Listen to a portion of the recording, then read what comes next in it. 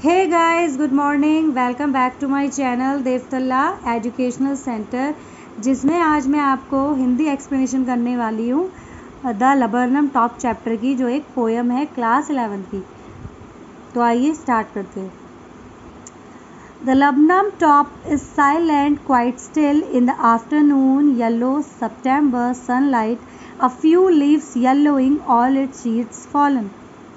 इसमें जो हमारे कवि हैं वो बताना चाह रहे हैं कि जब वो एक लबरनम पेड़ को, जो बहुत ही सुंदर हुआ करता था कभी, जिसके फूल जो है वो पीले रंग के होते हैं, अभी जब उन्होंने उस पर नज़र डाली तो वो काफ़ी साइलेंट लग रहा है, शांत लग रहा है।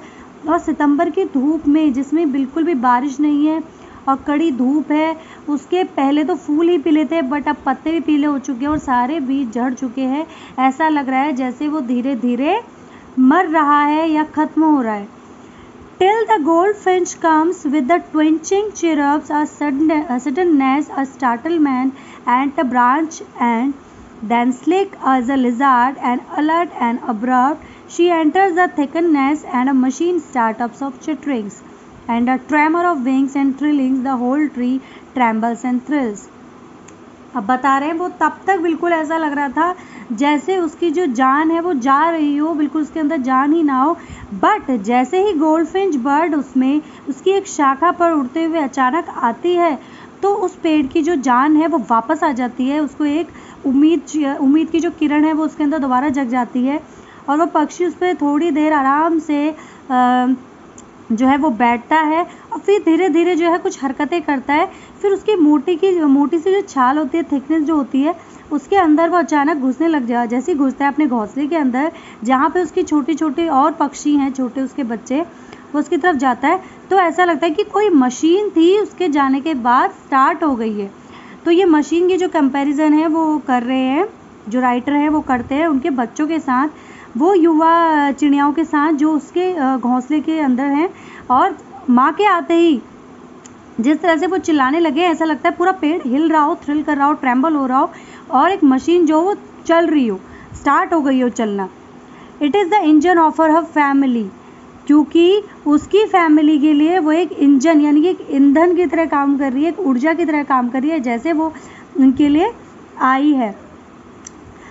क्योंकि जो माँ है उनके लिए दूर से खाना लेके आई है, इसलिए भी ज़्यादा बच्चे खुश हैं। और साथ ही अपने माँ के उतने समय से ना आने का दुख भी उन्हें सता रहा था। तो जैसी माँ ने अपने जिस पेड़ पे उसका घोंसला था, वहाँ पे उसने जिस शाखा पे वो गई, तो एक तो पेड़ को एक जान मिल गई, और साथ ही साथ जो उसके अंदर जो छोटी छोटी चिड़ियाएँ थी, उनको अपनी माँ को देखकर इतनी खुशी हुई कि वो इतनी तेज खुशी में अपने पंख फहराने लग गए और चहचहाने लग गए। तो पेड़ को एक अलग ही एनर्जी मिल गई, ऐसा लग रहा था कि पेड़ दोबारा जिंदा हो गया हो। She struck it full, then flirts out to the branch and showing her bared face identity marks। अब वो कह रही है कि जब वो बाहर निकलती है वो पेड़ के बीच में, क्योंकि वो खुद एक पीली रंग की चिड़िया है, बहुत सुंदर, तो इतनी अच्छी लग रही है, पेड़ की शाखाओं में वो उसकी आइडेंटिटी छिप जाती है, वो दिखती ही नहीं है। Then with eerie delicate whistle chirrups whispering, she launches away towards the infinite। अब पेड़ की एक ब्रांच से वो दोबारा एक एंड पे जाती है, ताकि दोबारा अपनी उड़ान जो है वो भर सके दूसरी शाखा के लिए। तो अपनी अनंत काल की जो सफ़र है वो दोबारा चिपिंग करते हुए स्टार्ट कर देती है।